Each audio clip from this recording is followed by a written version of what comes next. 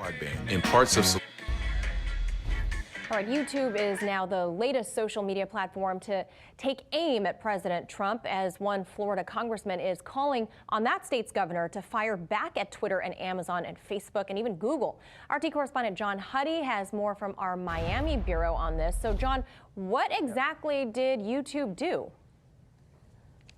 Well, YouTube pulled a new video content basically posted on President Trump's YouTube account, according to the website, for violating its policies against inciting violence. It's also launched, Manila, what's called a strike against the president's account, meaning that no new video can be uploaded or live streamed for a minimum of 7 days. The videos posted during Trump's visit to the border wall in Texas yesterday continued basically his allegations and claims about the Democrats stealing the election. Well, YouTube, which is owned by Google parent company Alphabet Incorporated, said comments to the videos posted on YouTube's channel would also be suspended indefinitely as part of this suspension. This, of course, and this jives with what you were just talking about with Chris. This jives with what the Facebook suspension of Trump last week, and then Twitter also banning the president from its platform permanently. As I reported yesterday, Twitter's stock dropped after that ban, resulting in a loss of around $5 billion in its total market share. So a huge drop.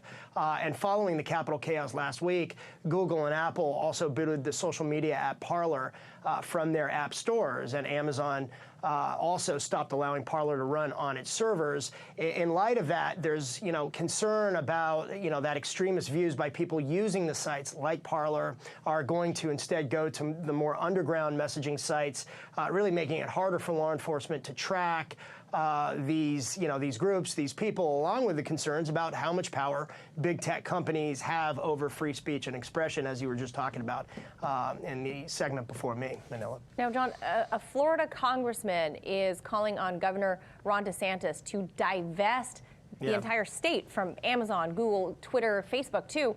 Can you tell us more about that angle?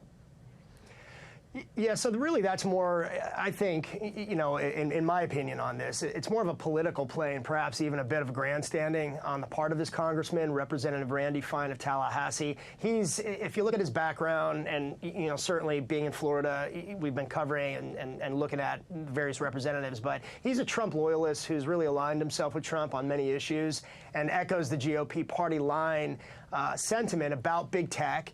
And according to Fine, its attack on conservative media and conservative viewpoints. Well, Fine tweeted yesterday that he, quote, asked the governor and cabinet of Florida to divest the state from Amazon, Twitter, Apple, Google, and Facebook.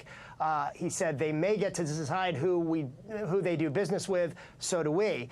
He added also in the letter to the governor that while he disagreed with what happened at the Capitol by the, as he called them, terrorists, quote, no matter what one thinks about President Trump, he remains the duly elected president of the United States until noon on January 20th. If the president of the United States can be silenced by these companies, then so can anyone. And he, highlighted that and bold that last line. He also referenced other controversial world leaders from Iran, the supreme leader of Iran, China, among others, that remain active on Twitter, despite, as he said, outrageous posts and statements of their own, while arguing that Twitter and Facebook are engaged in one-sided viewpoint discrimination targeting conservatives. Again, this sentiment has really been echoed by Republicans and conservative pundits and commentators, including President Trump, even prior to the election. But I think it's unlikely, Manila, that Florida and Governor DeSantis will divest from the big tech companies. But look, it remains to be seen what, if any, action is taken by the state and by Governor DeSantis, a staunch ally of President Trump, who, while touting Florida's COVID vaccination efforts this past week, has really been largely silent about what happened in D.C. and his friend Donald Trump's involvement. Manila, back to you.